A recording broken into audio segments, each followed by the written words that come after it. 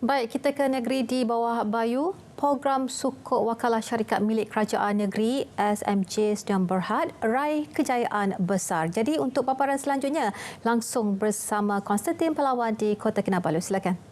Syarikat Milik Kerajaan Negeri SMJ Sdn Bhd SMJSB meraih kejayaan besar dengan terbitan sulung program sukuk wakalah bernilai RM900 juta mengalami keadaan terlebih langgan 3.9 kali dengan tempahan beli RM3.5 bilion daripada pelbagai kumpulan pelabur dalam negara.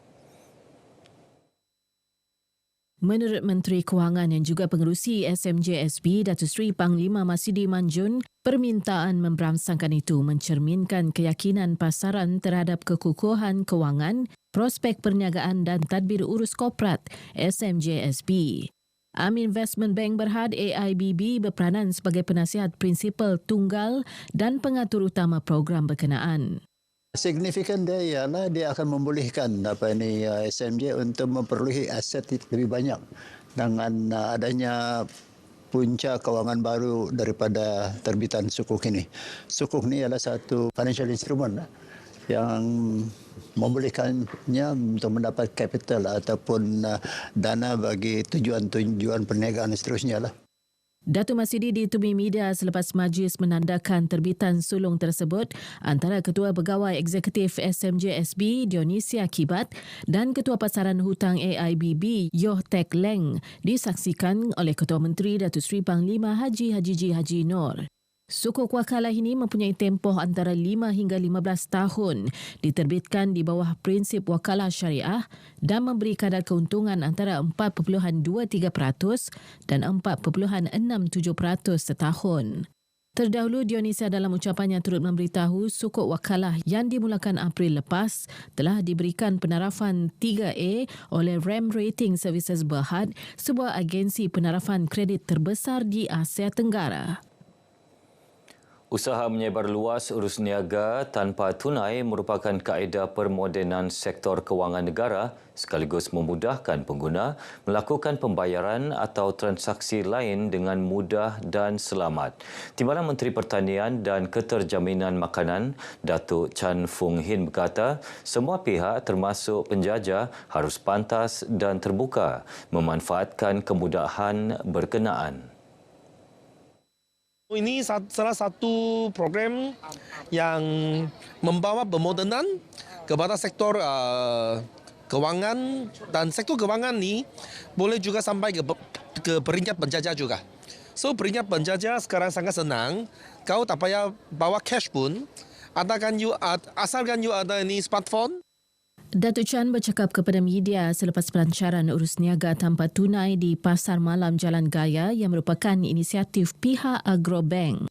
QR Code ini ialah salah satu daripada program bank negara yang hendak kita pertingkatkan supaya kita move daripada penggunaan wang ringgit kepada cashless society.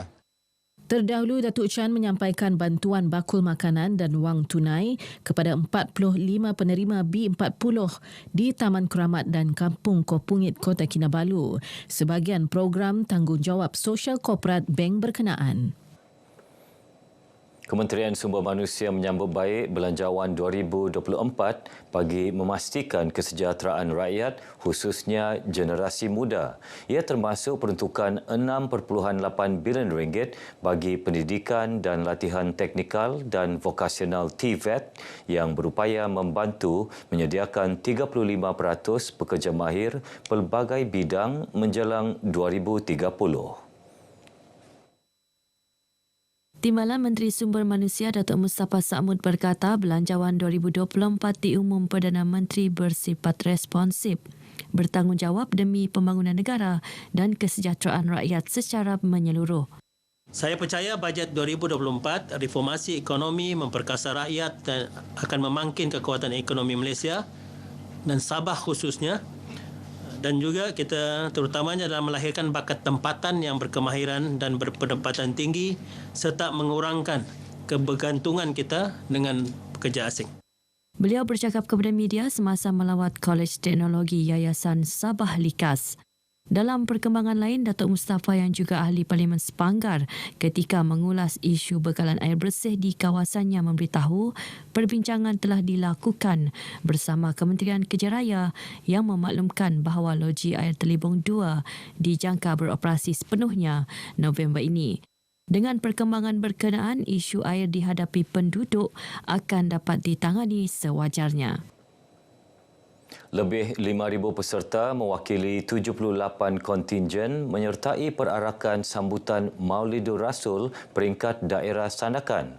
Ia berlangsung dengan meriah, antaranya melibatkan agensi awam dan swasta, badan beruniform, sekolah dan kampung-kampung bertempat di Dewan Masyarakat Sandakan. Hadir merasmikan sambutan ini Menteri Sains, Teknologi dan Inovasi Datuk Dr. Muhammad Arifin Muhammad Arif yang juga Exco Pendidikan dan Hal Ehwal Islam Negeri. Beliau turut berkesempatan menyampaikan 8 anugerah, antaranya Tokoh Maulidur Rasul dan Anugerah Siti Khadijah serta hadiah pemenang pertandingan perarakan spanduk, kompang dan marhaban. Sambutan Hari Kebesaran yang kita adakan di negeri Sabah ini sangat luar biasa karena dia juga dihadiri oleh rakan-rakan kita daripada agama yang lain, yang mana ini antara satu konsep yang perlu kita teruskan, melambangkan nilai keharmonian, mengajarkan kita hidup berkasih sayang, hormat menghormati dan hidup dalam keadaan harmoni. Menurut Datuk Arifin lagi, kerajaan negeri akan terus menyokong usaha pelbagai pihak termasuk NGO memperkasa aktiviti keagamaan di negeri ini, terutamanya kerjasama padu bersama Majlis Ugama Islam Sabah MUIS dan Jabatan Hal Ehwal Agama Islam Negeri Sabah. Kolaborasi kerajaan khususnya Jawatankuasa Pengurusan Bencana Negeri JPBN bersama badan-badan bukan kerajaan NGO dalam pengurusan bencana amat penting dalam mengkoordinasi operasi dengan lebih cekap, pantas dan menyeluruh. Ia juga berupaya memperkukuh serta meningkatkan kompetensi pengurusan bencana. Setiausaha Pejabat Hal Ehwal Dalam Negeri dan Penyelidikan Jabatan Ketua Menteri Datuk Awang Syahminan Awang Sehari berkata, kesiapsiagaan dan persediaan terbaik pihak berkaitan dapat memastikan keselamatan dan kebajikan penduduk terjejas sentiasa terjamin. Demikian ucapan beliau sempena perasmian program kerjasama strategik bersama agensi dan pertubuhan dalam pengurusan bencana di Negeri Sabah 2023. Datuk Awang Syahminan optimis program ini mampu memberi manfaat serta mendekatkan kerajaan dan NGO dalam memudahkan segala urusan bantuan ketika bencana. Beliau berharap kesediaan rakan strategik memberi sokongan dan komitmen kepada JPBN memberi impak berkesan sebelum, semasa dan selepas sesuatu bencana. Sukan Muhibah Jabatan Ketua Menteri merupakan medium terbaik mengeratkan hubungan silaturahim antara agensi-agensi terlibat. Setiausaha Kerajaan Negeri Datuk Seri Panglima Surveyor Safar Untung berkata, kejohanan ini juga memperkasa budaya gaya hidup sihat melalui sukan.